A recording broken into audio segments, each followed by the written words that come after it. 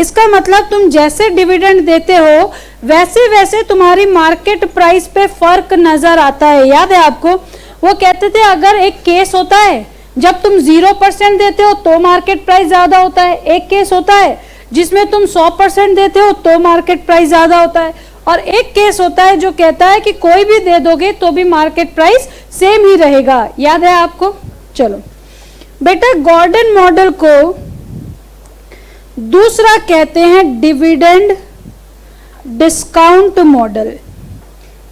Dividend discount model, बड़े ध्यान से सुनना है, ये बात हमने कॉस्ट ऑफ इक्विटी में पहले कर रखी है, इसलिए हमें बहुत ज्यादा परेशानी नहीं होगी। गॉर्डन ने कहा देखो, डिविडेंड देने के 3 रास्ते हो सकते हैं। रास्ता नंबर 1 इज जीरो ग्रोथ। क्या ऐसा कुछ याद आ रहा है? Constant dividend. दूसरे ने कहा कौन सा ग्रोथ? Constant growth. और तीसरे ने कहा वेरिएबल ग्रोथ। इसका मतलब यहां पे year 0, year 1, year 2, year 3, year 4 में हर बार 10-10 रुपए ही मैं ईयर 1 में देता था, ईयर 2 में, ईयर 3 में, ईयर 4 में, एंड देयर आफ्टर। इसका मतलब परपेचुअल मैं कितना दूंगा? 10। उसके बाद बारी आई year 0, year 1, year 2, year 3, year 4, यहां 10, यहां 11, यहां 12.1, राइट? 10% इसका कितना हो गया? ये ठीक है ना? फिर 13.2, सॉरी 13.31। इसका मतलब कांस्टेंट ग्रोथ का मतलब हर साल 10%। लेकिन बेटा ये एक नई बात है। इसका मतलब एक साल 8%, दूसरे साल 5%, तीसरे साल 12%, उसके बाद XYZ कुछ भी। तो याद करो, 1 मिनट का खेल है ये। याद करो कि जब 0 ग्रोथ होती थी तो KE was D/P0 into 100। याद है आपको? ऐसा क्वेश्चन नंबर 4 भी हमने बनाया था कि बताओ कांस्टेंट ग्रोथ में KE क्या है। तो बताओ P0 का फॉर्मूला क्या D/KE नहीं हो गया? ये सारी बातें हम लोग कॉस्ट ऑफ इक्विटी में आज 7-8 दिन लगा के हमने की है, और बड़े अच्छे से डिटेल में। बेटा अगर 10 रुपए कंपनी देती है हर साल, जिसमें मेरी कॉस्ट ऑफ इक्विटी 10% की है, तो बताओ आज की वैल्यू कितनी? 100 रुपए। क्या ये बात आपको नई समझ में आ रही है या कोई न्यू लग रही है क्या? नहीं मैम, ये तो पुरानी है। गॉर्डन ने यही कहा कि मार्केट प्राइस पर share when there is 0 growth it will be dividend upon KE, जिसको इस वाले चैप्टर में एक नाम दिया है, याद है? Required return. याद है आपको? तभी तो हर जगह R ये याद करा है ना हमने। तो दिस इज व्हाट? ROI। तो ROI कितनी है? 10%। चलो अब बात करते हैं किसकी। अच्छा एक बात बताओ, जल्दी हो रहा है क्या? क्या ये सारी बात हमने ऑलरेडी पढ़ रखी है बड़े अच्छे से? उसके बाद कौन सा ग्रोथ बेटा? Constant growth.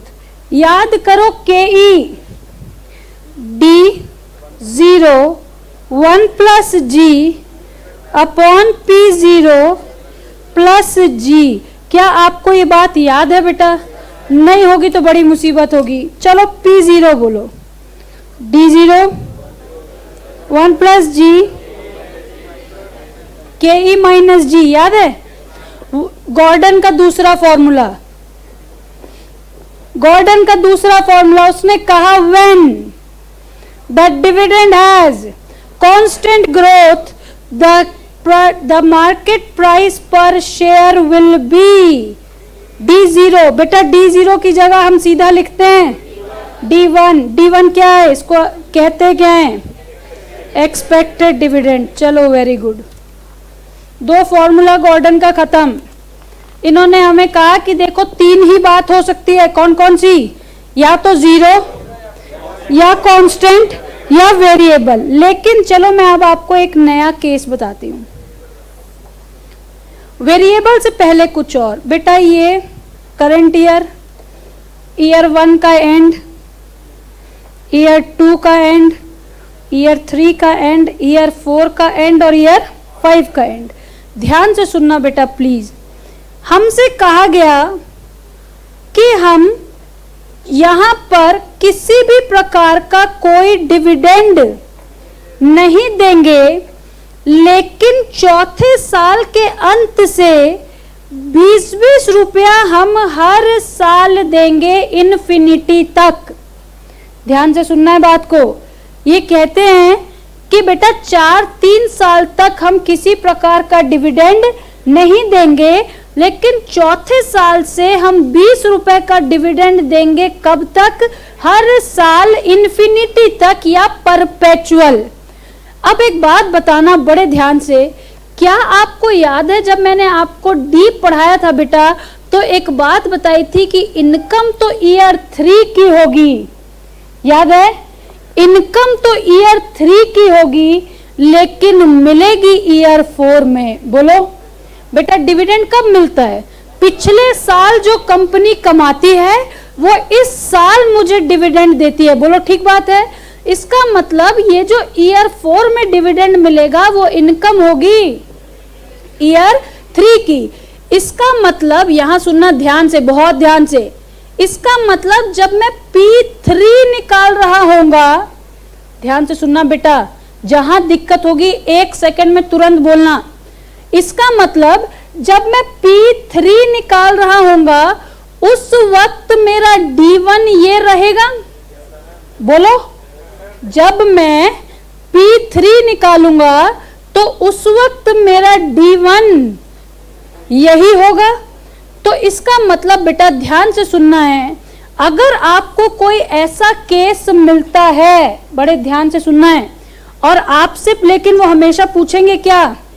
P0। आपको अगर ऐसा केस नजर आता है बेटा, तो सबसे पहला काम आपने करना है, ये बताओ कौन से साल से डिविडेंड कांस्टेंट हो रही है? 4th ईयर से। लेकिन इस साल का जो डिविडेंड है वो है किसका? ईयर 3 का। क्या मैं एक बात पूछूं, आप मुझे बताना, क्या ईयर 1 का एंड और ईयर 2 की स्टार्टिंग एक ही बात है? बोलो, क्या मैं कहूं कि ये और Y2 की स्टार्टिंग एक ही चीज है? मैम हाँ, ये तो हम बचपन से देखते हैं, तभी तो 31 मार्च का क्लोजिंग स्टॉक 1 अप्रैल का ओपनिंग स्टॉक बनता है, इतना तो हम समझते हैं। चलो बहुत अच्छी बात है बेटा। इसका मतलब ये वाला डिविडेंड कौन से साल में रिफ्लेक्ट कर रहा होगा? P3। निकालो बेटा P3, कितना डिविडेंड देगी कंपनी? 20। मान लेते हैं 10% रेट ऑफ रिटर्न से 200। लेकिन अब एक बात बताना, तुम यहां खड़े होके देख रहे हो कि 1 साल, 2 साल और 3 साल पे मेरे शेयर की वैल्यू है 200। ध्यान से सुनना बात को। आप यहां पे P0 पे खड़े होके देख रहे हैं कि जब मैं देखता हूं P3, इसका मतलब ईयर एंड ऑफ 3 में मुझे 200 की वैल्यू दिखाई दे रही है। बोलो ठीक बात है? इसका मतलब ध्यान से सुनना, आपको पता है कि इन्वेस्टर 10% की रिटर्न चाहता है बेटा, ठीक बात है? लेकिन सोचो, उसको ये 3 साल 1 रुपया भी नहीं मिल रहा। मिल रहा है क्या? नहीं मिल रहा। लेकिन वो तब भी 3 साल के ईयर एंड में कितना रुपया देने को राजी हो जाएगा? 200। तो सोचो कि आज 200 का 10% जब चढ़ा हुआ होगा तब यहां आए होंगे ईयर 2 में। बोलो, x plus 10% of x shall be 200 at year 2। ध्यान से सुनो फिर से, बेटा ईयर 3 में 200 देने को तैयार हैं हम लोग, तो बेटा ईयर 2 में एक तो अमाउंट ऐसा होगा ना जिसके ऊपर 10% की रिटर्न कमा के मैं 200 दे दूंगा। ऐसे ही ईयर 2 में एक तो अमाउंट होगा ना जिस पे 10% चढ़ा रखा होगा, तब वो किसका, ईयर 1 का। और सोचो जब ये 0 पे है तो एक अमाउंट तो होगा ना जिसके ऊपर, बात समझ में आ रही है? तो बेटा सीधा सीधा एक लाइन का खेल है। ये कहते हैं क्या निकालो, P0 है क्या आपके पास, P3, सीधा सीधा ये कहते हैं प्रेजेंट वैल्यू फैक्टर एट 10%। बताओ आज 3 सालों के बाद कितनी है बेटा, 200 की x प्लस 10% ऑफ x, ये ईयर 1 पे आई होगी बेटा। इस ईयर 1 पे जब हमने 10% जोड़ा होगा तब ईयर 2 बना होगा। बताओ जब इस पे आपने 10% जोड़ा होगा तब बना होगा ईयर 3, जो कि आज है 200। बोलो बोलो बेटा, समझ में आ रहा है? अब क्या करना है, P3 into present value factor of 10% at 3rd year. बताओ कितना, ये हो गया 200 इंटू मेरे हिसाब से 0.751, 751 होता ना, कितना 96386 कुछ होता है, 751 कितना 150 पॉइंट। ध्यान से देखेंगे बेटा इसका मतलब आज कितनी होनी चाहिए इसकी वैल्यू, 150.26। देखो गॉर्डन ने कितने आसान शब्दों में एक बात कही जो सबके ऊपर लागू होगी, that the current market price shall be the present value of all future benefits, नहीं डिविडेंड्स। आगे चल के मुझे जितना मिलने वाला है उसका आज क्या है वो कहलाता है प्रेजेंट वैल्यू। बोलो ठीक है? ठीक है। यहाँ पे हुआ क्या बेटा, मान लो अगर 5वें साल में शुरू होता तो चौथे साल की निकालते पहले P4 और P4 निकाल के P4 into present value factor at cost of equity of 4th year. बोलो ठीक है? कितनी बात हो गई बोलो? 3। कौन कौन सी मैम? एक तो कौन सी बात, जीरो ग्रोथ। जीरो ग्रोथ में तो याद ही नहीं करना है D/KE। कांस्टेंट ग्रोथ में भी याद ही नहीं करना है, ये तो मैम हमने याद कर रखा है क्योंकि P0 is equal to D0 1 plus G KE minus G। उसके बाद अलग अलग लेकिन still constant, that is no growth. तो बेटा इसके लिए मैं आपको स्टेप लिखवा दूंगी कि अगर ऐसा कुछ हो रहा है कि 4 साल के बाद आपको डिविडेंड मिल रहा है तो आपको क्या करना है, मैं स्टेप लिखवा दूंगी उसका। लेकिन अब एक बात आपको दिख रही है और वो है 1 साल 4%, 1 साल 6%, उसके बाद 12 हो गया सीधा, कभी 8%। इसका मतलब जो ग्रोथ है वो क्या है, वेरिएबल है, फिक्स्ड नहीं है। बेटा गॉर्डन ने ना बहुत ज्यादा दिमाग नहीं लगाया, उसने कहा देखो ऐसा है कि ग्रोथ का मैंने आपको फॉर्मूला दे दिया है, ध्यान से सुनना है।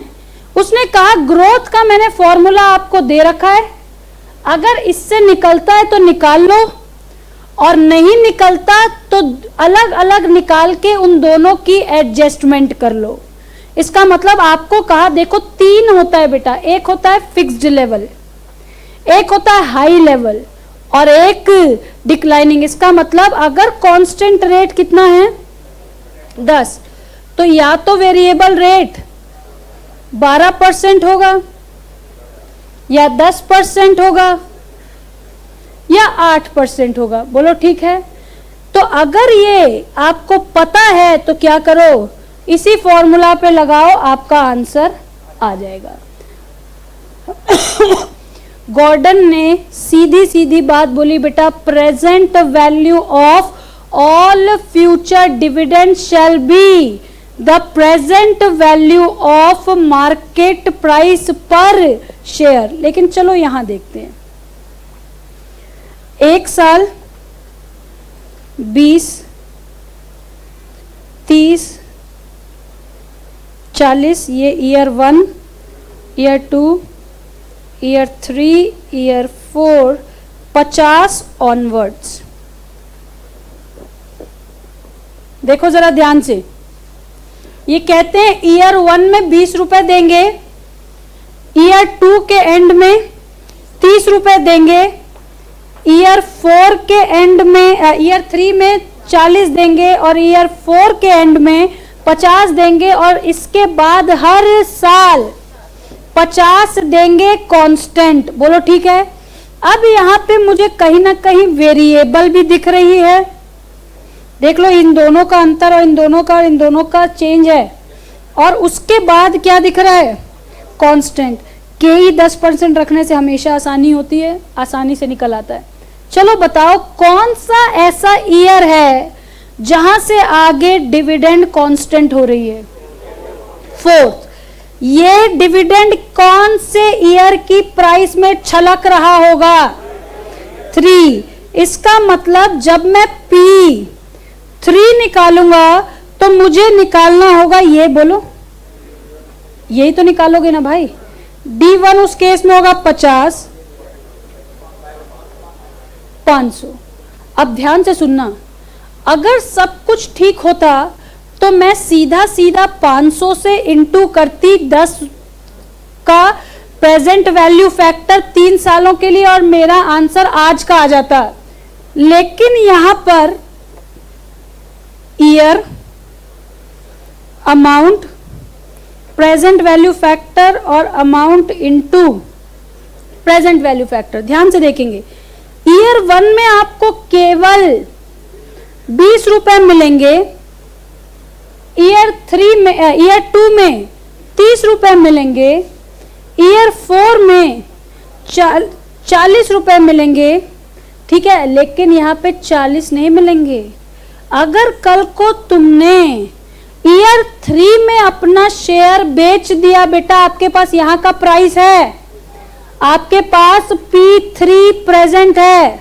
एक बात बताओ, अगर आपने ईयर 3 में देखोगे तो ये 40 रुपए तो मिलेगा ही मिलेगा और 500 रुपए ये भी मिलेंगे। बोलो ठीक बात है। अब लेकिन इन सब के पीछे जो मेरा इन्वेस्टर है उसकी एक्सपेक्टेशन कितनी है, 10%। ये कितना होता है, 909 863 864।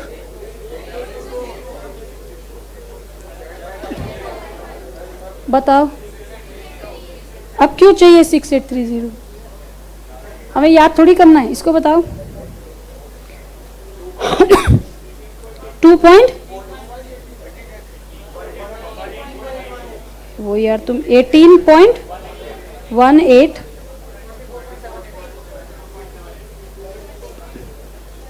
दोनों को मिला के बता दो। 540 इंटू 7.51 401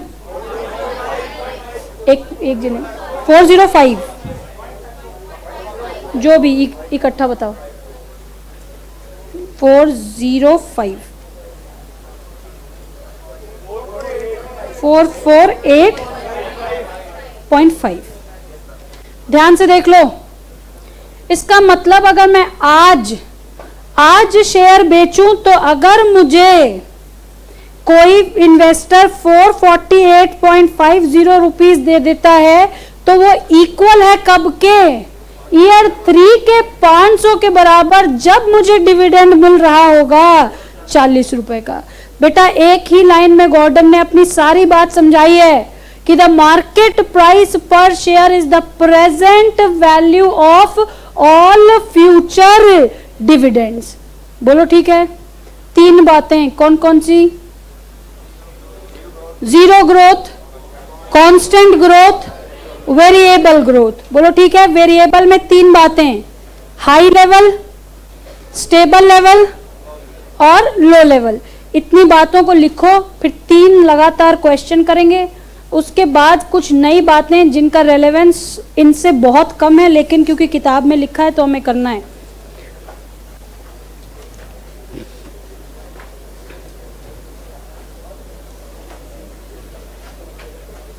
यार ये लोग भी 4 बजे के बाद ना,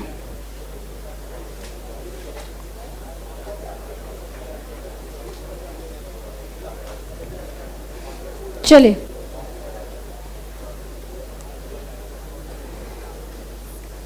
गॉर्डन मॉडल, जिसको हम कहेंगे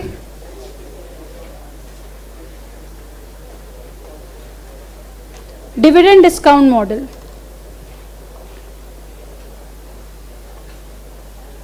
Gordon model has been divided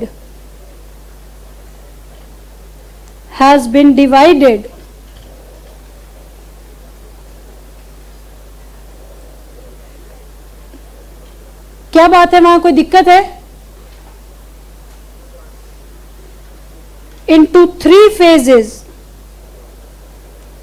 that is A is dividend with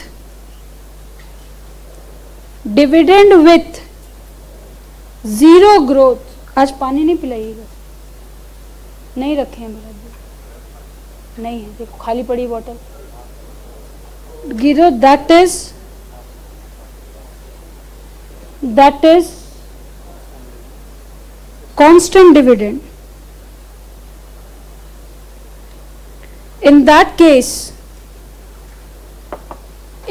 case, the market price per share shall be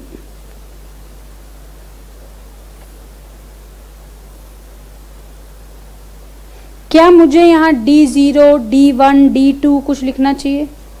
क्योंकि हर साल डिविडेंड एक ही होगा, बॉन KE।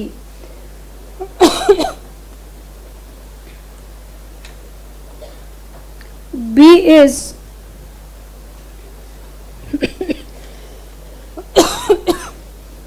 dividend with constant growth। P0 shall be D0 1 plus G whole divided by KE minus G। क्या हमें ये लिखना है कि D0 क्या है? ये हमने कॉस्ट ऑफ इक्विटी में पूरा कुछ लिखा हुआ है। स्पेशल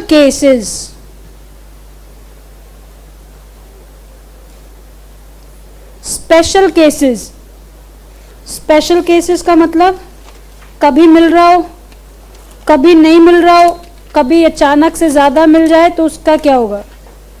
क्या दिक्कत क्या है वहां पे?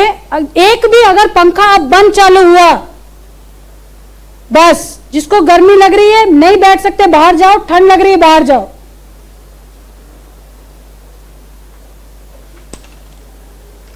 Special cases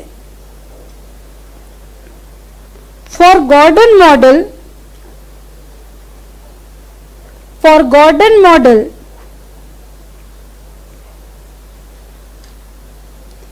the current market price per share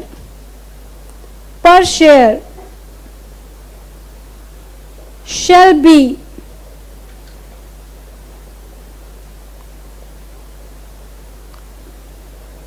the present value of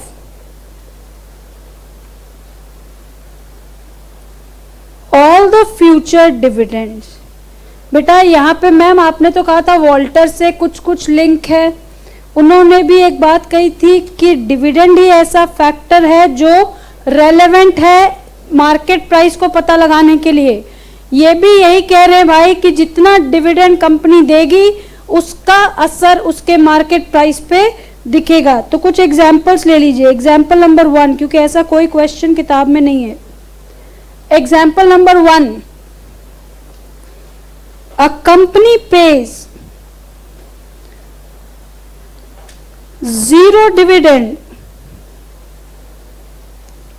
for first 4 years and then after pays rupees 50 as dividend perpetually. KE for the case is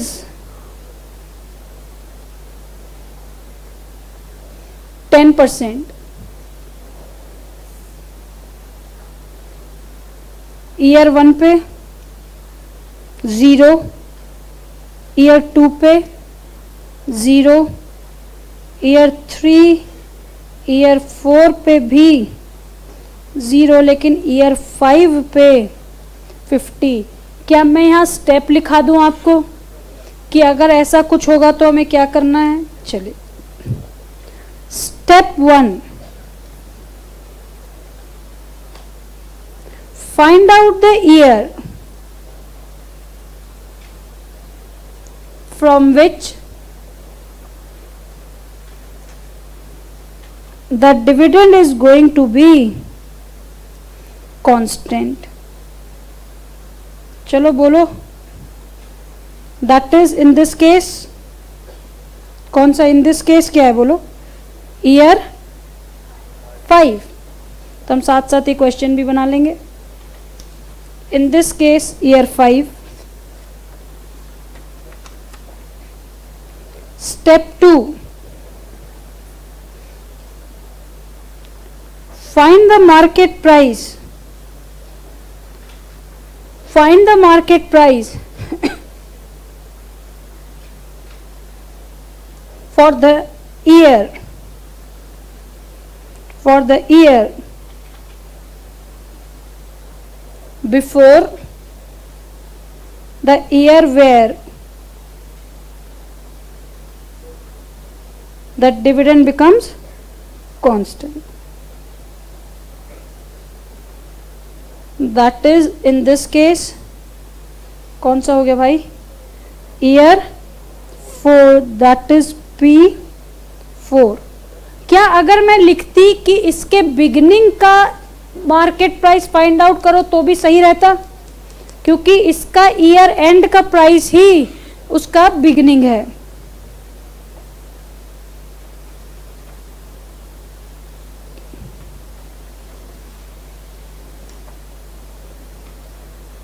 चले, कैसे निकालोगे भाई? P4 is equals to D1 नहीं, D5 upon KE, that is in this case 50 upon 0.1, that is 500 rupees।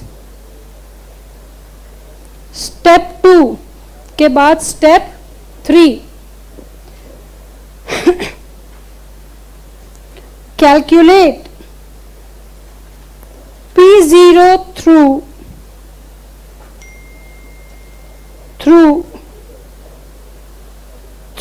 P4 into present value factor at KE for कौन सा year? 4th year, that is 500 into 683.683, right? 751 के बाद 683, 341.50। यार आप अगर मुझे 1 minute के लिए, क्या उत्तम नगर में जो बच्चे लिख रहे हैं ना, उनका वहाँ कुछ नेटवर्क इशू था, मैं एक बार नीचे कर दूँ इसको। चलिए, जो मेरे साथ लिख रहे हैं,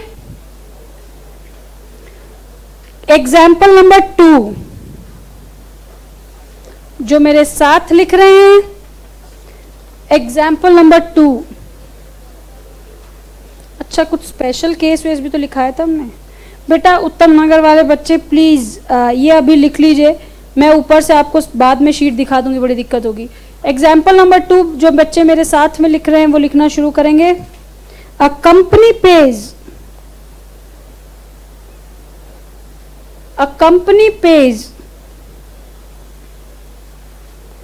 dividend of ₹20 for first year, ₹30 for second year, 40 for third year, and thereafter ₹50 perpetually. KE for the case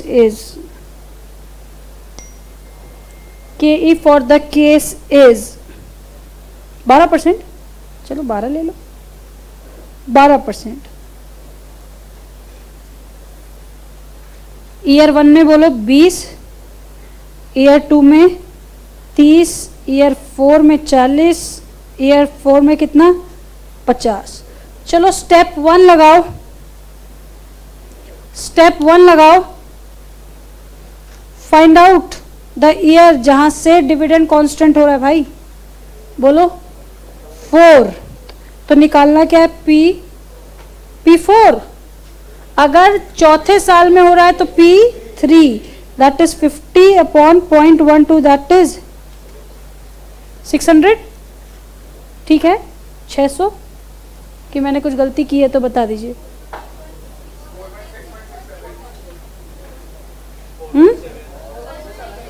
416.67. चलिए कोई बात नहीं.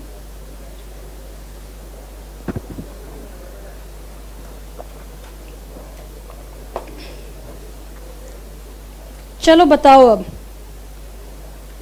ईयर 1 में कितना अमाउंट मिलेगा आपको, 20. Present value factor at 12%, 0.8928. चलिए दूसरे साल 30, 7, 7979, 71, 7117. चलिए 3 का ही चाहिए मुझे यहाँ पे, 416.67 मिल जाएगा. चलो बताओ अमाउंट. मुझे आप ओवरऑल ही बता दो यार, इतने में झगड़ बहुत दिक्कत होती सुनने में. आप इंटू करेंगे 20 इंटू 0.8928, 30 इंटू 0.7979,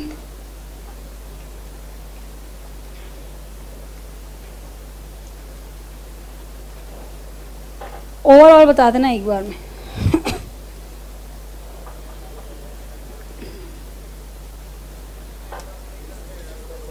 $366.7078.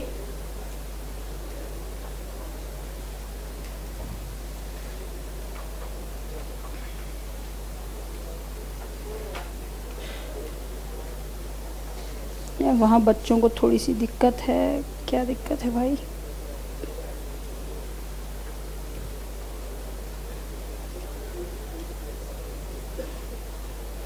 चलिए आइए जरा,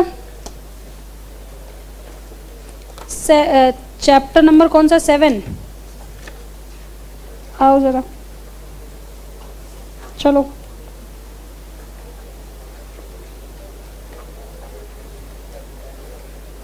कोई लिख रहा है बेटा? ये लिखिए लिखिए.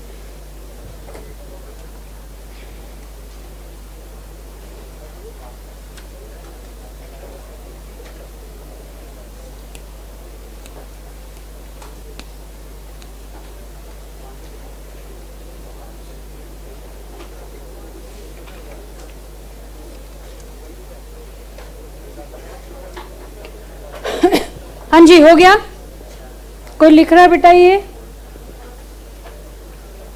अच्छा, जो लोग देख चुके हैं S5 पे आएंगे, जो लोग लिख चुके हैं S5 पे आएंगे. 4 हमने कर लिया, आपको याद है, आपकी कॉपी में है 4th वाला क्वेश्चन. ये लाइन से है क्वेश्चन. कौन सा ग्रोथ? 0 ग्रोथ. ये कौन सा ग्रोथ? Constant growth. ये कौन सा ग्रोथ? Variable growth. कोई लिख रहा है? चलो भाई, शुरू करें। XYZ is a company having a share capital of 10 lakhs of rupees 10 each. It distributes the dividend of 20% per annum. Annual growth is expected is 2%. KE is 15%. यहाँ पे हमें कुछ पूछा नहीं है, लेकिन हमें पता है कि ये हमें बताते क्या हैं, P0। चलो बताओ कितना परसेंट डिविडेंड दे रहे हैं बेटा ये लोग, 20%। इसका मतलब 10 रुपए का 20% कितना, 2 रुपए। जब तक तो मैं इसको ढूंढूं तब तक आपका आंसर आ जाना चाहिए। बताओ S5 बेटा D0 क्या है, 2। तो बेटा D1 क्या हुआ, 2, 1 प्लस, ये ठीक है।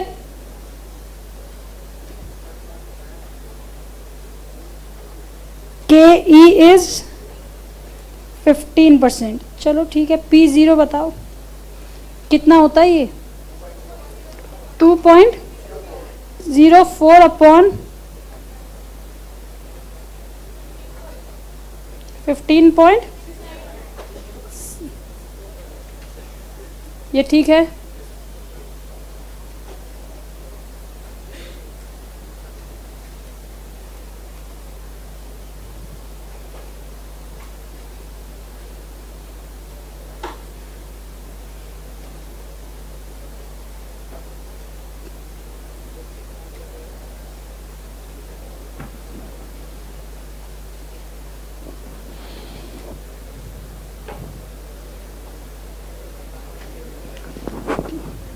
चलिए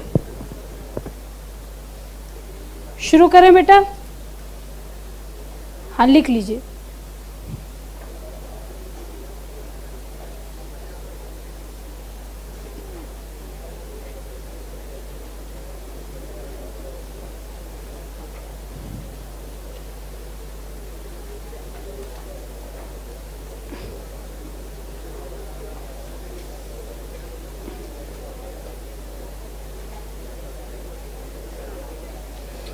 चलिए डन।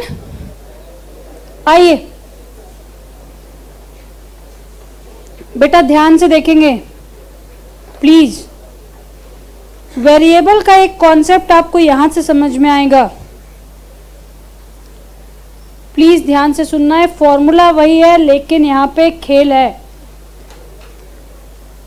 बेटा। एक अभी ना तुम इसको अगर देखोगे तो तुमको अपने से समझ में नहीं आएगा, प्लीज देखो। ये कहते हैं कितना रुपए डिविडेंड बांटा था लास्ट ईयर, 2 रुपए। The estimated growth from the dividend of the company is estimated to be 5% per annum. Determine the estimated market price of the equity if the estimated growth rate of dividend rise to 8%. Also find the present market value of the share when falls with to 3%. अब जरा ध्यान से सुनना, बहुत ध्यान से। ये कह क्या रहे हैं कि आज मैं मान रहा हूं कि कितना परसेंट मिलेगा, 5%। अगर ये आम जिंदगी होती तो ये सीधा सीधा होता D0 into 1 plus G upon KE minus G। लेकिन ये कौन सा ग्रोथ है बेटा, वेरिएबल ग्रोथ। तो ध्यान से देखना, आपको याद है मैंने बताया था एक होता है इनिशियल लेवल, फिर स्टेबल लेवल, और फिर बेटा इनिशियल है, देखो स्टार्टिंग। इनिशियल का मतलब क्या होता है, स्टार्टिंग, फिर स्टेबल और फिर हाई। देखो सबसे कम कितनी है, 3,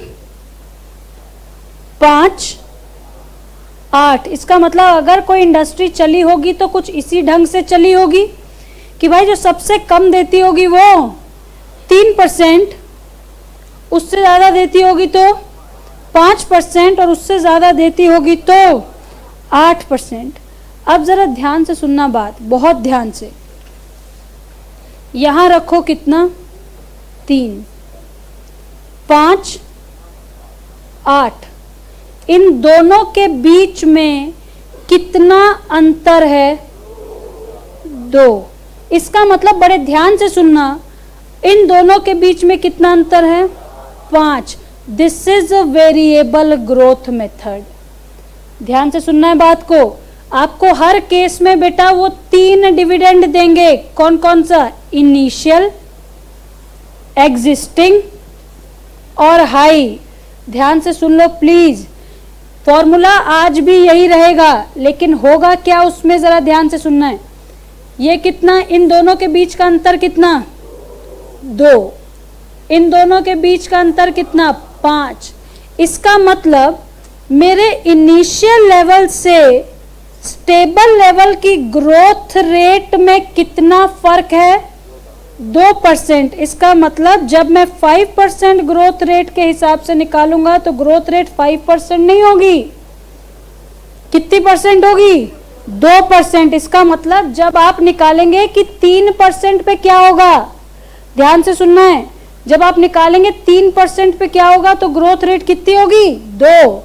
और जब 8 पे निकालेंगे तो ग्रोथ रेट होगी 5। बड़े ध्यान से सुनना है बात। जो भी सबसे कम है उसको यहां रखो। इन दोनों के बीच का डिफरेंस कितना? 2। और यहां कितना? 5%। इसका मतलब 2 मार्केट प्राइस निकलेंगे बेटा, एक एट द रेट ऑफ 2%, एक at the rate of 5%। This is variable growth with the same method. ध्यान से सुन लेना है। 3 हिस्से, पहला सबसे कम, दूसरा एक्सपेक्टेड और तीसरा हाई। क्या करना है? 3 से 5 के बीच में कितना अंतर? 2। 3 से 8 के बीच में कितना अंतर? 5। तो इसका मतलब माई P0 विल बी 2। 2 रुपए दिया है ना? हाँ। के कितना है? ये ठीक है? बोलो। 20 रुपीज। क्या सेकेंड वाले का? अच्छा, मतलब जब ये 5 लिया है तब। अच्छा, तो इसका कितना है? 15.1।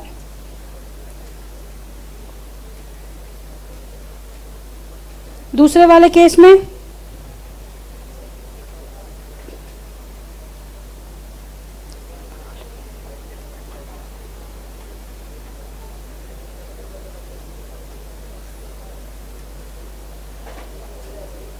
पांच वाले में कितना है? 20, राइट? 5 अगर यहां होता तो 20। चलिए ठीक है, ये आप 3 बार निकालेंगे। चाहो तो एक 2% से निकालो, एक 5% से निकालो और एक कितने परसेंट से निकालो? 3% से। ठीक है, चलो, ये कोई बड़ी चीज नहीं है, आप इसको तीनों को निकाल सकते हैं। बेटा आप ध्यान से सुनना है प्लीज। एक बहुत बहुत बहुत इंटरेस्टिंग बात जिसका एग्जाम पर्सपेक्टिव से रेलेवेंस नहीं है, लेकिन किताब में लिखी है तो सुनना है। Lintner's model. कौन मॉडल? इन्होंने ना एक बहुत अच्छी बात बताई, थोड़ी सी रियलिस्टिक है, लेकिन एग्जाम, हमारे एग्जामिनर को रियलिस्टिक बातों से ज्यादा कोई खास लगाव नहीं है। बेटा ध्यान से सुनना है प्लीज। देखो ध्यान से सुनना है प्लीज। यहां देखो किसकी बात कर रहे हैं?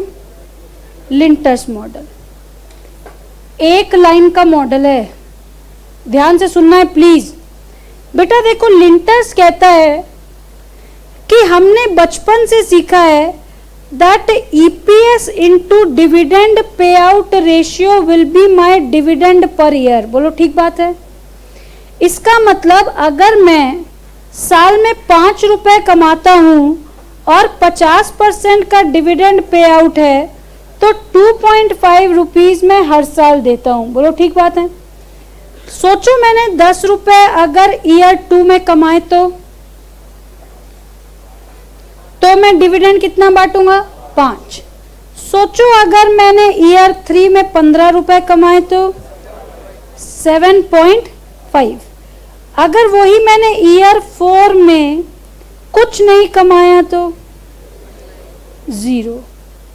बेटा अब ध्यान से सुनना। लिंटर मॉडल कहता है प्लीज कि ये ना एकदम वाहियात बात है। प्लीज, ये कहता है सोचो अगर ऐसा कुछ केस होगा तो बेटा इस केस में ना इन्वेस्टर को अपनी अर्निंग प्लान करने में बड़ी दिक्कत होती है। वो कहते हैं कि किसी साल तो 2.5 रुपए मिल रहा है, उसके बाद अचानक 5 रुपए मिल रहा है, फिर 7.5, और हो सकता है कभी कुछ भी ना मिले। इसका मतलब लिंटर मॉडल कहता है, बड़े ध्यान से सुनना है, तुम दो अर्निंग के हिसाब से उनको डिविडेंड दो, लेकिन इतना मत बढ़ा दो कि वो एकदम से बौखला जाएं। बड़े ध्यान से सुनना है बात को। ये कहते हैं मैं मानता हूं कि अगले साल का डिविडेंड इस साल से ज्यादा होना चाहिए क्योंकि हमने कॉस्ट ऑफ इक्विटी पढ़ रखी है। वो कहते हैं कि हम साल दर साल हमारी एक्सपेक्टेशन क्या होती है, ज्यादा होती है। ये कहते हैं मैं भी तो यही कहता हूं कि तुम आज जो डिविडेंड दे रहे हो उससे क्या हो, ज्यादा हो तुम्हारा डिविडेंड, लेकिन इतना ज्यादा कितना हो रही है, 100% ज्यादा, यहां से 50% ज्यादा। तो यहां पर सुन लो बेटा प्लीज, इस केस में जो मेरा इन्वेस्टर है वो कंसिस्टेंसी मेंटेन नहीं कर सकता, इसलिए बेटा एक नए शब्द का जन्म हुआ और वो है एडजस्टमेंट फैक्टर। क्या? Adjustment factor. ये एडजस्टमेंट फैक्टर कहां से आएगा ये हमें नहीं मालूम। ये जो हमारे फाइनेंस मैनेजर होंगे वो इंडस्ट्री का ट्रेंड देखेंगे और उस बात को समझने की कोशिश करेंगे कि कितना बढ़ाऊं डिविडेंड कि उनको संतुष्टि भी होती रहे और उनके एक जो सिस्टमैटिक इनकम की प्लानिंग भी होती रहे। जैसे फॉर एग्जांपल मान लो हमने सोचा कि हमारा एडजस्टमेंट फैक्टर कितना होगा, 20%। इसका मतलब अगर तुम इसका 20% बढ़ाओगे कितना हो गया, 3 रुपए, 3 रुपए ना, दो ना, 2.5 से कितना हो गया, 3 का दो ना, 20% और बढ़ा के 3.6। ये कहते हैं ये चलता है, लेकिन ये तो किसी भी हाल में ठीक नहीं है। पूरे लिंटर मॉडल का केवल एक फॉर्मूला है, वो कहते हैं आपका जो हमेशा हमें पता है कि हमें निकालना क्या है, P0। ये कहते हैं कि आपका जो P0 है वो आपका डिविडेंड होना क्या चाहिए बेटा, जो पिछले साल दिया था वो, प्लस EPS का, ये DP क्या होता है भाई, डिविडेंड पे आउट रेशियो, उसमें से माइनस कर दो क्या, जो पिछले साल दिया था, इनटू करो उसको एडजस्टमेंट फैक्टर से।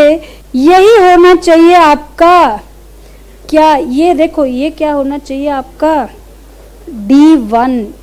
भाई एक बात बताओ, आपने 2 रुपए दिए थे पिछले साल, इस साल आप XYZ कुछ भी कमाते हो, उसका 50% आपका DP रेशियो है, उसमें से 2 तो आपने पिछले साल दे ही दिए थे ना, उसमें से आपको इनटू क्या करना है, एडजस्टमेंट फैक्टर। तो कहते हैं 2 रुपए प्लस आपको जो भी एडजस्टमेंट फैक्टर होगा वो आपको हमेशा क्वेश्चन में दिया होगा बेटा, क्योंकि हमें जो डिसीजन लेना है वो तब लेना है जब हमारा एडजस्टमेंट फैक्टर हमारे पास हो। ध्यान से सुन लेंगे एक बात और, ये ज्यादा रेलेवेंट नहीं है, लेकिन ये कहता क्या है, ये कहता है कि एक एक सीढ़ी करके इन्वेस्टर को चढ़ाओगे तो उसको अपनी अर्निंग प्लान करने में आसानी होगी और उसके मन में इनसिक्योरिटी नहीं आएगी कि हो सकता है इस साल तो 5 रुपए मिला और अगले साल कुछ मिले ही ना। तो ये कहते हैं कि इसलिए लगा लो एक एडजस्टमेंट फैक्टर कि अगर उसको फायदा हो तो भी नफा तुला हो और अगर नुकसान हो तो भी नफा तुला हो, उसको बहुत ज्यादा दिक्कत ना आए। चलो आओ जरा, चल लिंटर मॉडल का कोई क्वेश्चन ही नहीं, गजब हो गया। 8 वाला, हाँ 8 वाला, S8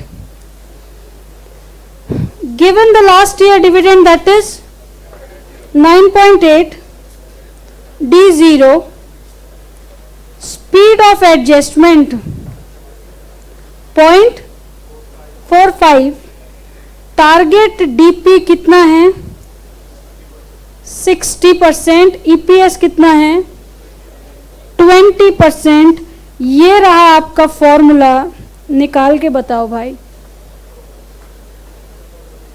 आपसे पूछा है इस ईयर का डिविडेंड बताओ कितना होना चाहिए, सब कुछ नाप तोल के।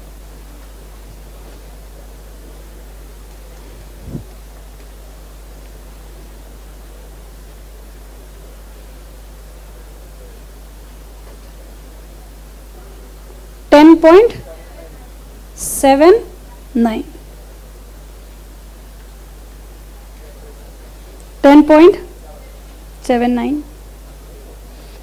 सिर्फ इतनी सी बात। अब बताओ, अगर मान लो इसके आगे ये पूछते हैं कि calculate the cost of equity as per Gordon model, तो D1 आपके पास है, मार्केट प्राइस आपके पास होगी, उसको 100 उसको डिवाइड करेंगे तो निकल आएगा मेरा कॉस्ट ऑफ इक्विटी।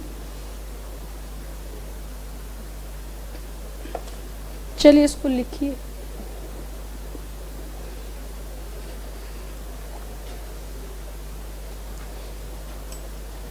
इसको लिखेंगे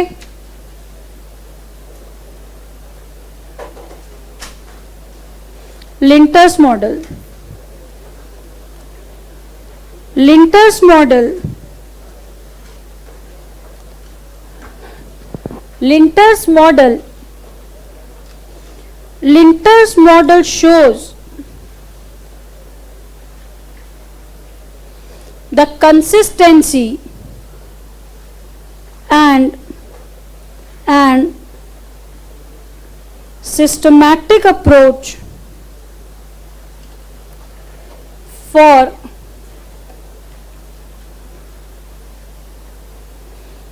evaluation of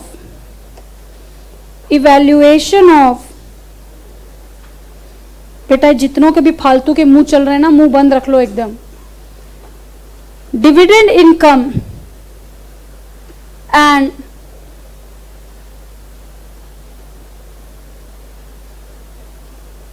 make it convenient for the investor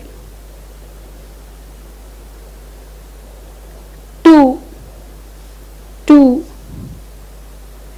adjust the loss of income if any, loss of income if any।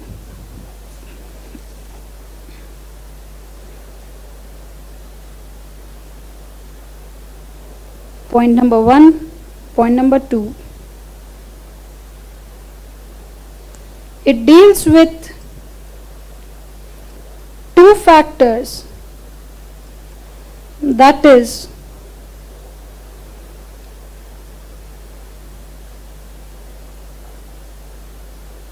the target dividend payout ratio and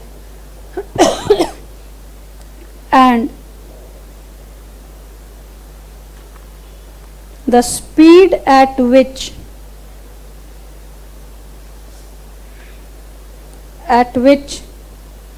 the current dividend shall be adjusted। Bracket में हम लोग इसके लिखेंगे, इसको क्या कहते हैं, adjustment factor. और हमेशा याद रखना है कि ये फाइनेंस मैनेजर का काम है, वो इंडस्ट्री को एनालाइज करके निकालते हैं कि कितना उतार चढ़ाव ठीक है। तो इस केस में बेटा याद रखना हमें पीओ नहीं निकालना है, D1 निकालना है। तो D1 shall be D0 plus EPS into dividend ratio minus D0 into adjustment factor. D0 here is current dividend, EPS is earnings per share, DP is, यहाँ पे हमने एक शब्द लिखा है, कौन सा ratio, target dividend pay out ratio.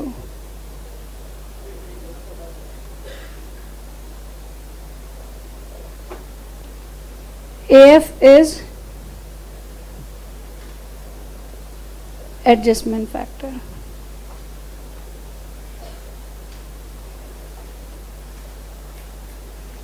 S8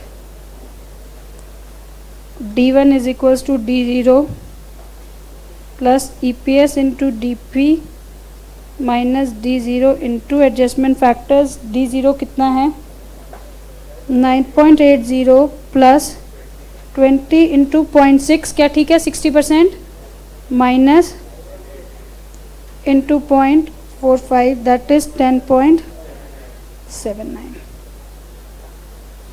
last model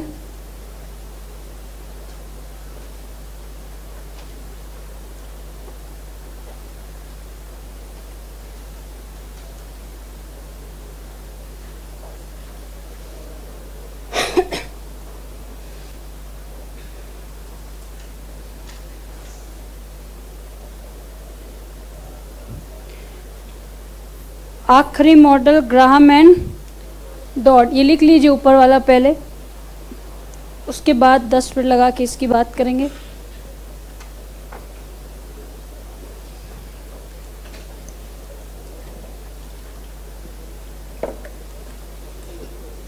आज क्या तारीख है 5. आप में से 2 4 5 बच्चे जो भी नोएडा जाएंगे वो जाएंगे 11 तारीख को. तो बेटा लेट्स ट्राई कि बड़ा चैप्टर एक कैपिटल बजटिंग कर लेते हैं. खैर मुझे तो तब भी कराना है, आप यहाँ पे रहेंगे चाहे वहाँ जो भी.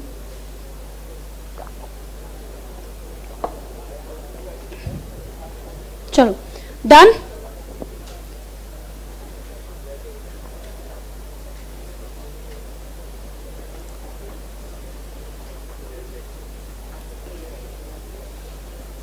डन. कौन लिख रहा है?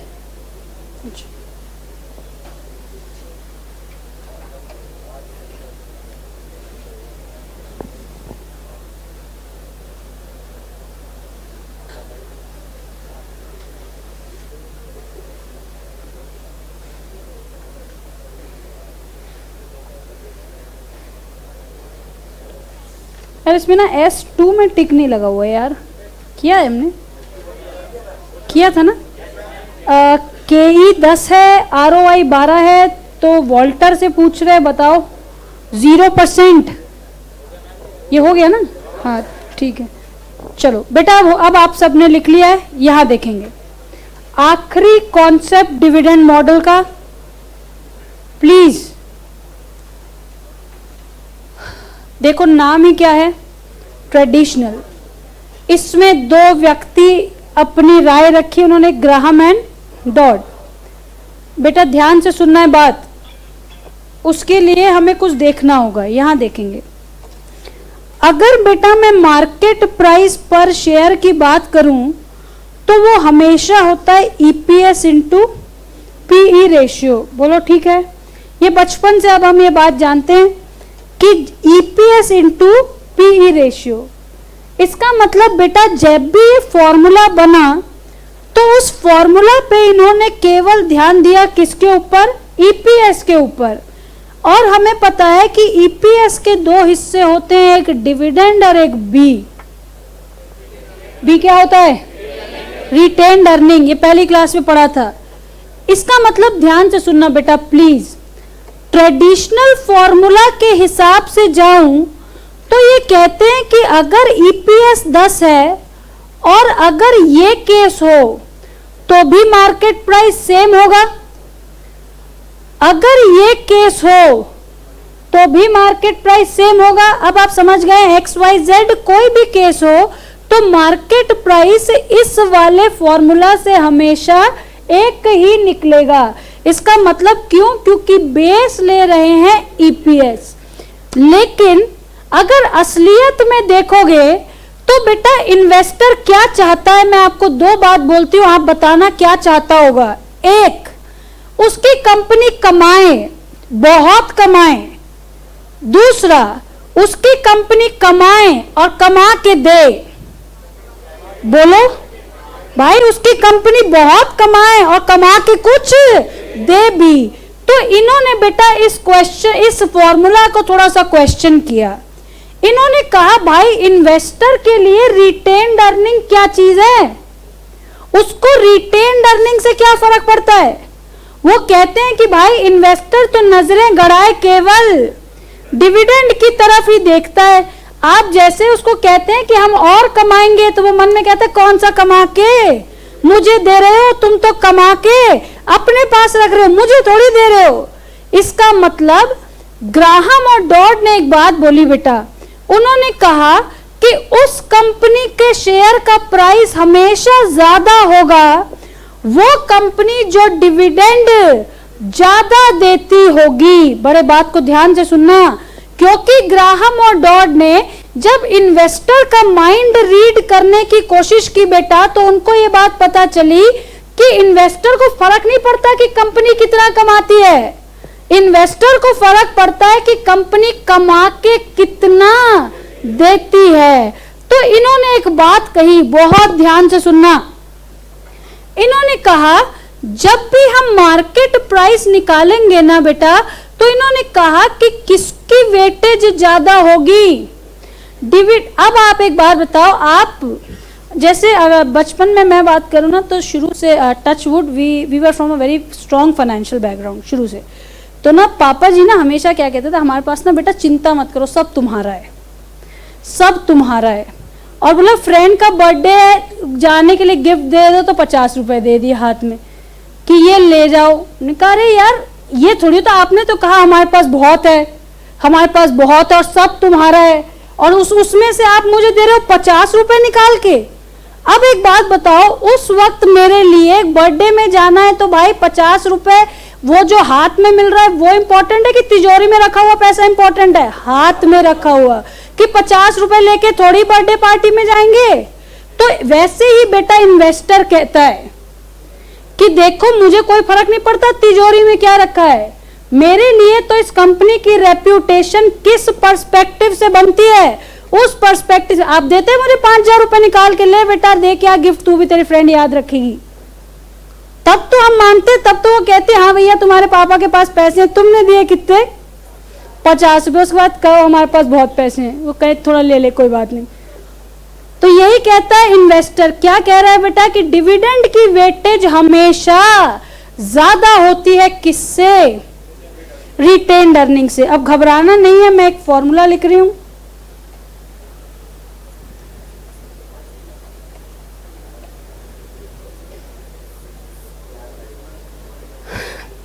अब सुनना है ध्यान से बेटा। बस मैं अगर अभी आपको सिर्फ ये लिखवा देती तो आपको समझ भी नहीं आता कि ये है क्या चीज। सुन लो बड़े ध्यान से बेटा, ध्यान से सुनना। ये जो m है वो m है मल्टीप्लायर, बड़े ध्यान से सुनना है। हमने अभी अभी देखा कि किसकी वेटेज ज्यादा है बेटा, डिविडेंड की वेटेज ज्यादा है किससे, रिटेन्ड अर्निंग से। इसका मतलब ये कहते हैं कि इन्वेस्टर को कोई फर्क नहीं पड़ता कि तुमने तिजोरी में क्या छुपा रखा है, वो कहता है कि जो देते हो उसी से बात बनेगी। तो ध्यान से सुनना, ये कहते हैं जितना ज्यादा डिविडेंड होगा किससे, रिटेन्ड अर्निंग से, वो उतने गुना मार्केट प्राइस को बढ़ाएगा। ये मल्टीप्लायर हमेशा हमें क्वेश्चन में दिया होगा, मान लो 3। तो ये कहते हैं अगर डिविडेंड रिटेन्ड अर्निंग से ज्यादा हुआ तो कितने गुने प्राइस बढ़ जाएगा, 3 गुने। अब यहां पे सुनना ध्यान से, क्या मैं इसको ऐसा लिखूं,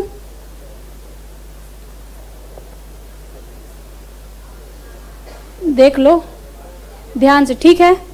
ये क्या है बेटा, डिविडेंड, ये रिटेन्ड अर्निंग, बोलो ठीक है।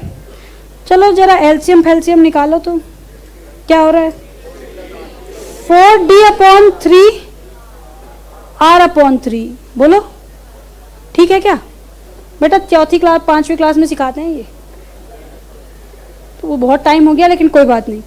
क्या ये फॉर्मूला कुछ ऐसा भी दिख सकता है, देखना जरा ध्यान से। अब आप देखो, ये कहते हैं कि हमेशा इससे इसकी वैल्यू हमेशा 4 गुना नहीं, हमेशा क्या होगी, ज्यादा होगी, इसकी वेटेज हमेशा ज्यादा होगी। अब लेकिन हमारी नजर में खटक रहा है ये 3, ये जो E डिवाइडेड बाय 3 क्या है, ये भाई क्यों निकाला कि ये E डिवाइडेड बाय 3 ही क्यों, why not 2, why not 4, why not 6, why not 3? बेटा ये राज तो उन दोनों के साथ ही गया, सीरियसली। हाँ, आपको कहा कि E डिवाइडेड बाय ऊपर नीचे उल्टा सीधा जो भी, लेकिन अब ये 3 ही क्यों हुआ, ये राज तो ग्राहम और डॉड अपने साथ ले गए। अरे चलो मजाक की बातें बेटा ध्यान से सुनेंगे। जब भी हमने ये बात शुरू से देखी है कि जब भी किसी ने भी बेटा एनालिसिस की है तो उन बातों के ऊपर कुछ अजम्पशंस लिए हैं, ठीक बात है। और इसी प्रकार से देखो अजम्पशन इन्होंने ली है जो कि एक सिंपल फाइनेंशियल पर्सन जो समझ सकता है अपने हिसाब से, वो ये है। इन्होंने क्या सोचा हमें नहीं मालूम, ठीक है। इन्होंने कहा देखो कि हम इनको 3 हिस्सों में यूज कर सकते हैं, बड़े ध्यान से सुनना है बेटा। एक हम बांट सकते हैं, एक रख सकते हैं और एक इन्वेस्ट कर सकते हैं। ये ऐसा कोई मैं 100% मैं इस बात पे कहीं क्लेम नहीं कर रही हूं कि यही बात है, लेकिन एक सिंपल फाइनेंस पर्सन जैसा इस बात को देखेगा उस बात पे हम समझ रहे हैं कि अर्निंग के बेटा कितने हिस्से, 3। ये कहते हैं या तो बांट दो या रख लो और या फिर उसको इन्वेस्ट कर दो। तो ये कहते हैं कि एक हिस्सा डिविडेंड, एक हिस्सा रिटेन्ड अर्निंग और एक इन्वेस्टमेंट। तो ये कहते हैं इन सबसे ज्यादा वेटेज हमेशा होनी चाहिए डिविडेंड की, और जितनी ज्यादा डिविडेंड की वेटेज होगी उतने गुना मार्केट प्राइस बढ़ेगा। किसके हिसाब से, ग्राहम एंड डॉड के हिसाब से, जिसको कहते हैं ट्रेडिशनल मॉडल। बोलो ठीक है। आओ प्रॉब्लम नंबर 7 में लिखेंगे भी, इसको अभी लिखेंगे, तुरंत लिखेंगे।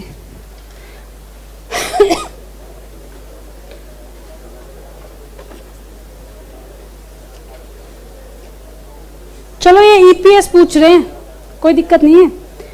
पीओ इन्होंने दिया हुआ है कितना बेटा, 58.33।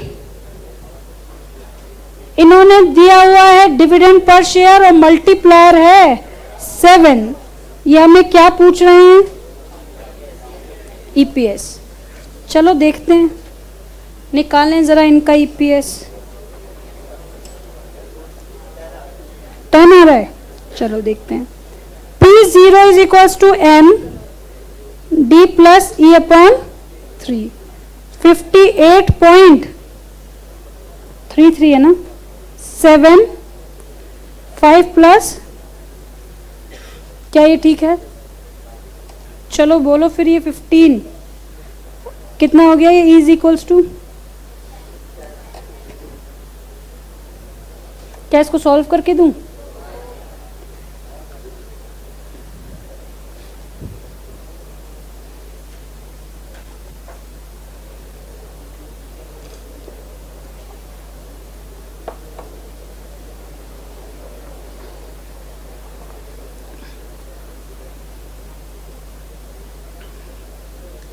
कर दूं क्या, बोलो?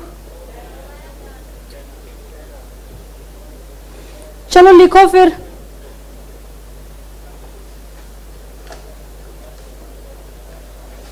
Traditional model, Graham and Dodd approach.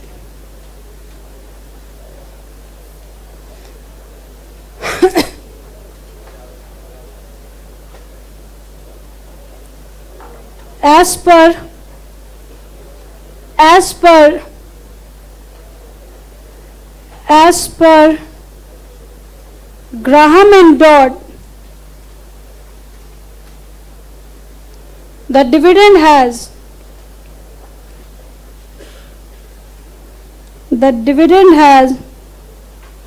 more weightage than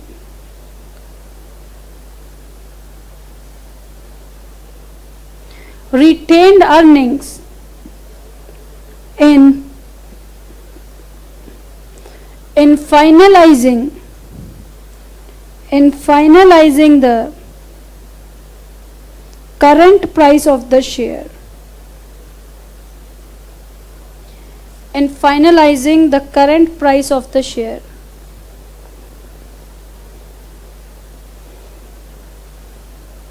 P0 is equals to M D plus E upon 3.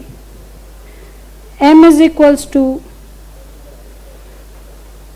multiplier P0 is equals to current market price per share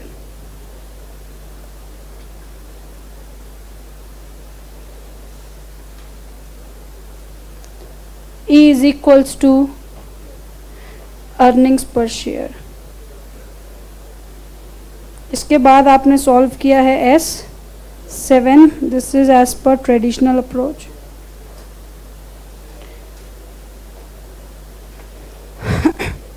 ma'am अब खत्म हो गया चैप्टर? नहीं, जो लिख रही हूं मैं चुपचाप लिखते चलो. बचा है किसी का ऊपर वाला? जो मैं लिख रही हूं चुपचाप लिखते चलो. स्टॉक स्प्लिट्स, बेटा आपको मैंने कहा था कि इस चैप्टर की थ्योरी भी इंपॉर्टेंट है. इसका एक भी क्वेश्चन नहीं है, लेकिन ये थ्योरी में लिखा है. हमारे पास सफिशिएंट आज टाइम भी है, तो क्यों ना इसकी थ्योरी भी हम पूरी कर ही लेते हैं. स्टॉक स्प्लिट्स, अभी जब आप पढ़ेंगे तो आपको लगेगा अच्छा सीधा सीधा नहीं लिख सकते थे.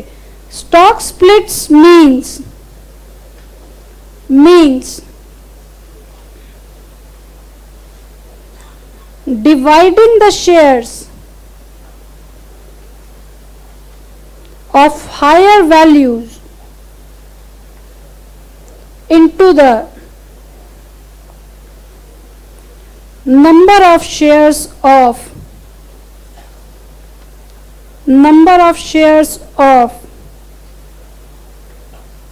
low value, that is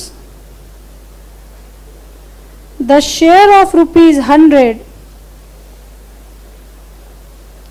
is splitted into 10 shares of rupees 10 each. क्या ऐसा कहीं आपने देखा है? of rupees 10 each. The basic motive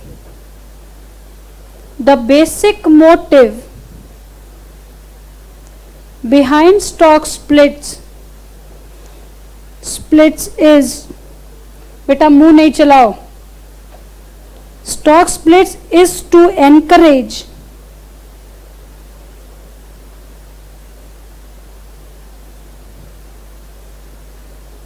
the small investors to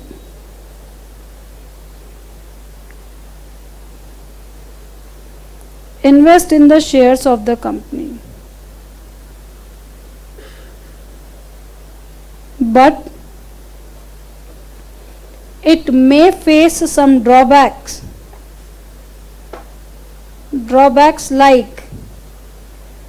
like conversion cost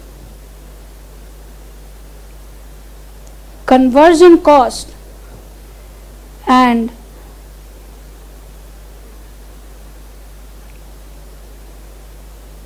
existing shareholder may feel cheated.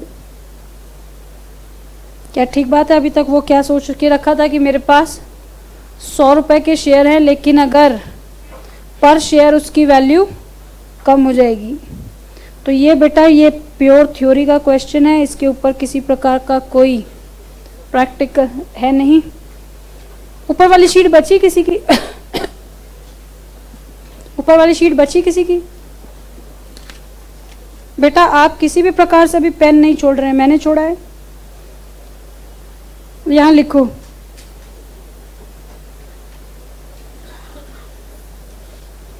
ये एक पन्ना आपको मिनिमम 5 नंबर दिलाएगा. ये एक पन्ना आपको मिनिमम 5 नंबर दिलाएगा. इसका मतलब जितनी बातें हमने लिखी हैं वो सब एक तरफ और ये अकेला एक तरफ. ए बोलो कौन? वॉल्टर. बी बोलो MM, C बोलो गॉर्डन। मेन तो ये तीनों हैं, चलो फिर भी चौथा कौन? लिंटर। तो पांचवा यहां निकाल लेंगे, कोई बात नहीं। वॉल्टर ने कहा बेटा ए कौन concern? Growing, R is greater than K E, 0% DP, 100% B. बोलो ठीक है। बी उसने क्या कहा? Declining, R is less than K E. बोलो 100% DP, 0% B.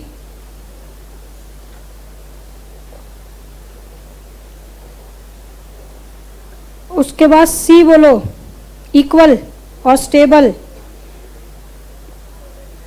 Are is equals to K E. कौन सा ratio? Any ratio. P zero का फॉर्मूला भी फटाफट लिख लो। बोलो D DPS plus DPS into R upon K E whole divided by के ई। एमएम अप्रोच याद करो।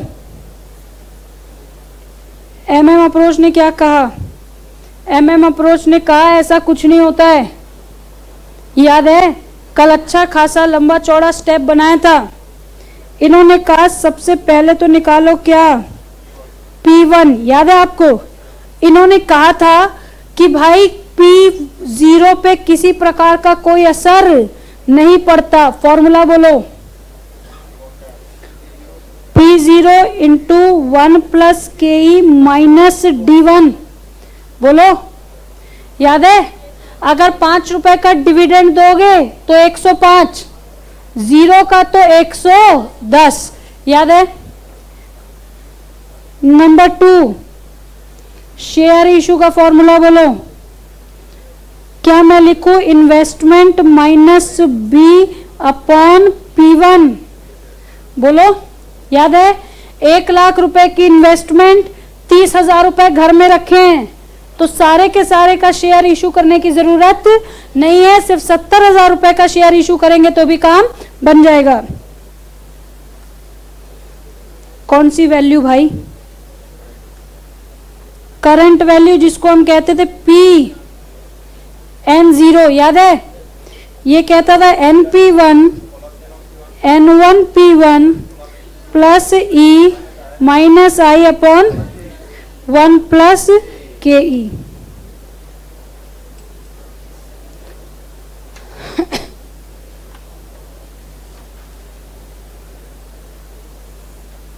मैम ये डब्बा किसके लिए बना रहे हैं? एमएम के लिए। P0 एंड PN0 क्या रहेगा भाई? सेम रहेगा, चाहे डिविडेंड दो या ना दो। शेयर इशू बोलो बेटा, शेयर इशू करो या ना करो। क्या आपको ये याद है?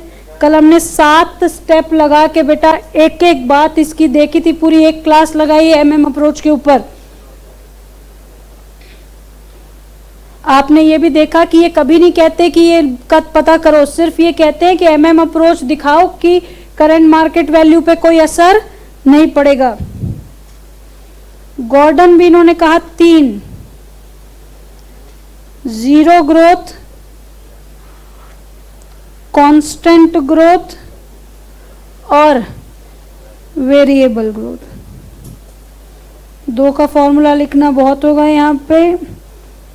D upon K is equals to P0, P0 upon D1 K minus G।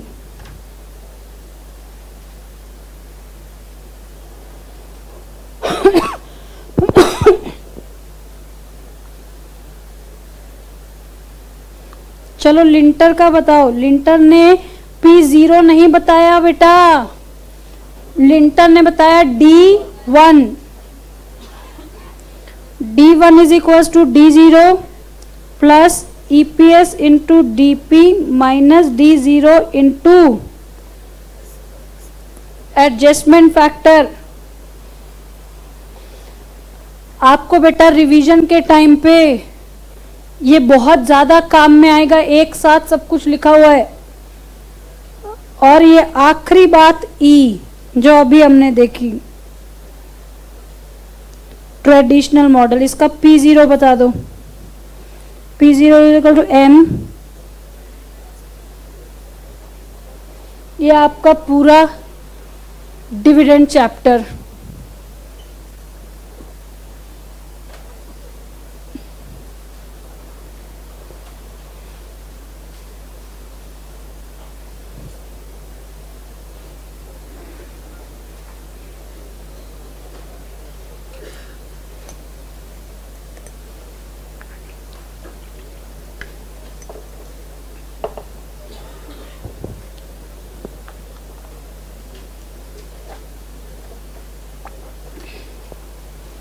Walter की थ्योरी को और क्या कहते हैं? Also known as relevance theory.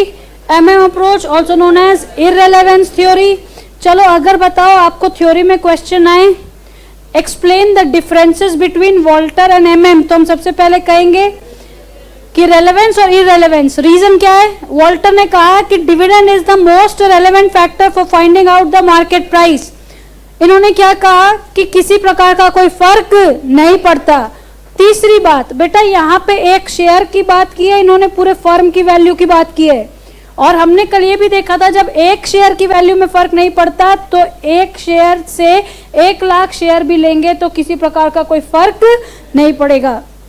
Gordon ने कोई नई बात नहीं बताई, उसने वही बातें बताई जो हमने ऑलरेडी कॉस्ट ऑफ कैपिटल में पढ़ रखी है।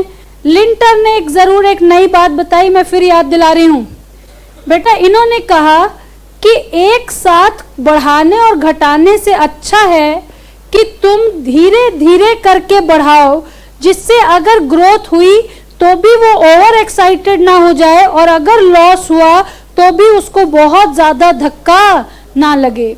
इन्होंने कहा कि देखो वेटेज हमेशा किसकी ज्यादा? डिविडेंड की। किससे? उन तीनों हिस्सों से। तीनों हिस्से कौन कौन से? डिविडेंड, रिटेन्ड अर्निंग और इन्वेस्टमेंट्स। और जितने में उसका फर्क होगा, देखो आपने देखा मल्टीप्लायर आपको निकाल के दिया हुआ है 7, ये कहते 7 गुना फर्क पड़ता है। अगर मान लो ज्यादा हिस्सा रिटेन्ड अर्निंग में है तो 7 गुना फर्क पड़ेगा किस पे? मार्केट प्राइस पर शेयर पे। बोलो ठीक है। अब एक और बात, जैसा कि हमने कल डिस्कस किया था, आपने कहा कि वर्किंग कैपिटल से पहले कैपिटल बजटिंग ही पढ़ाओ, कोई दिक्कत नहीं, कैपिटल बजटिंग पढ़ेंगे, लेकिन हमने उसके ऊपर टाइम वैल्यू ऑफ मनी की डिस्कशन किया था कि जहां जरूरी होगा केवल उतने कॉन्सेप्ट्स में आपको बता दूंगी। सारा टाइम वैल्यू ऑफ मनी पढ़ाने के पीछे कोई कारण नहीं है क्योंकि अब वो चैप्टर है ही नहीं हमारे। ठीक है, चलिए।